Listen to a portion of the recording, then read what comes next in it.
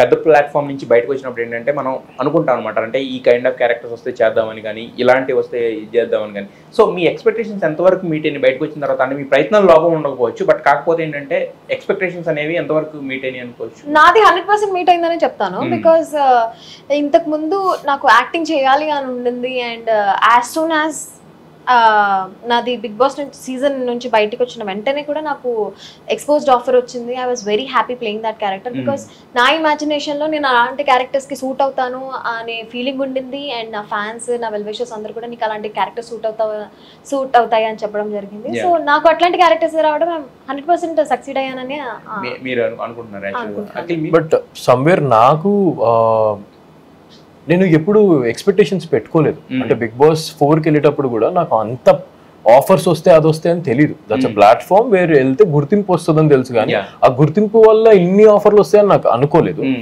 నేను అనుకోని కన్నా చాలా ఎక్కువైంది.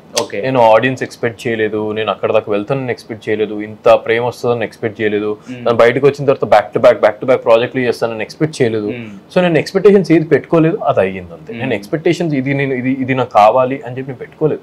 బయటకు వచ్చిన తర్వాత చాలా మంది నువ్వు ఇచ్చేస్తే బాగుంటుంది అని చెప్పి సజెషన్స్ ఇచ్చి ముందుకు వెళ్ళాను తప్ప ఎక్స్పెక్టేషన్స్ ఎప్పుడు పెట్టుకోలేదు. సో ఐ థింక్ సో అది ప్లస్ అయింది. మీకే తెలుసు, లైక్ బయటకు వచ్చాగానే మనం బ్యాక్ టు బ్యాక్ చేసాం ప్రాజెక్ట్. సో ఎక్కడ ఎక్స్పెక్టేషన్ పెట్టుకోలేదు. కాబట్టి మీరంతా చేస్తున్న కూడా డిఫరెంట్ కదా. అంటే తర్వాత ఒక మ్యూజిక్ ఆల్బమ్స్ లేదంటే ఇవన్నీ చేసుకుంటూ వచ్చారు కదా.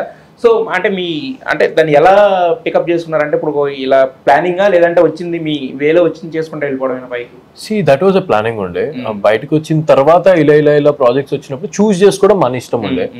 అప్పుడు కొంతమంది పెద్దవాళ్ళతో మాట్లాడి, లైక్ ఏది చేస్తే బాగుంటుంది చెప్పండి అంటే, ఇది నువ్వు చేస్తే బాగుంటుంది, నీకు ఈ గుర్తింపు వస్తుంది, ఇది చేస్తే బాగుంటుంది అని చెప్తేనే చేసాం తప్ప ఏది వచ్చంగానే ఇది అని చేసి ఉంటే. అంటే ఇప్పుడు డి లాంటిది అది డిఫరెంట్ యాంగిల్ కదా. అంటే ఎందుకు చేశాను అది చెప్తాను నేను. డి ఎందుకు చేశాను అంటే, చాలా మంది ఇలానే అనుకుంటారు, అఖిల్ కామెడీ తీసుకోలేడేమో, పడలేడేమో అని చెప్పి. I just want to show people నేను పడగలుగుతాను, కామెడీ కూడా తీసుకోగలుగుతాను. సో దాని మీద నా మీద కామెడీ ఎంత చేసినా కూడా నేను తీసుకోవడానికి రెడీగా ఉండే ఆ టైంలో. So I just want to show that నేను ఈ యాంగిల్ కూడా నేను తీసుకోగలుగుతాను, నాలో ఇది కూడా ఉంది, నేను తీసుకునే ఆ రకం ఉందని చూపించడానికి. అంటే అది బేసిక్ గా అంటే హైపరాది కామెడీ ఎలా అంటే ముందు అనుకుని చేస్తారా లేదా అక్కడ చేస్తారు. బట్ కాకపోతే కొన్ని రియాక్షన్స్, ఇన్స్టెంట్ రియాక్షన్స్ ఏంటంటే ఇది ముందు అనుకోలేదేమో, అఖిల్ ఎక్కడ కొంచెం హట్ అవుతున్నాడేమో అన్న ఫీలింగ్ కూడా కొన్ని అలా అవుతుండే, కొన్ని చెప్పకపోతుండే. నాకు ఇది వేస్తున్న పంచనే చెప్పకపోతుండే, సడన్ గా వేసేసరికి ఏంటిది ఇలా వేసాడు ఏంటి అని చెప్పి ఆ ఫీలింగ్ అయితే డెఫినెట్లీ ఉంటుంది. అట్ ది ఎండ్ మనం హ్యూమన్స్ అండి, మనం చాలా సెన్సిటివ్ ఉంటుండే. అండ్ మనం ఆ జోనర్ కాదు, ఆ జోనర్ కి వెళ్ళాము, వాళ్ళు అన్ని మాటలు అంటున్నప్పుడు తక్కువని పడవు, మనకు నచ్చవు. ఆమె పర్సన్ వేర్ నేను ఎప్పుడు బ్యాక్ ఇచ్చేస్తా, నేను తీసుకోను. కానీ అక్కడ నేను కామెడీ షోకి వచ్చాను కాబట్టి, ఆ కమిట్మెంట్ ఇచ్చాను కాబట్టి తీసుకున్నాను. I was like, okay, పడదాం, పర్లేదు. నలుగురు నవ్వుతున్నారు నా వల్ల అంటే I was like, I'm really happy. నలుగురు నవ్వుతున్నారు, నేను నా మీద కామెడీ చేస్తున్నారు అంటే దానికన్నా మించింది ఏంటి, కామెడీ షో అదే.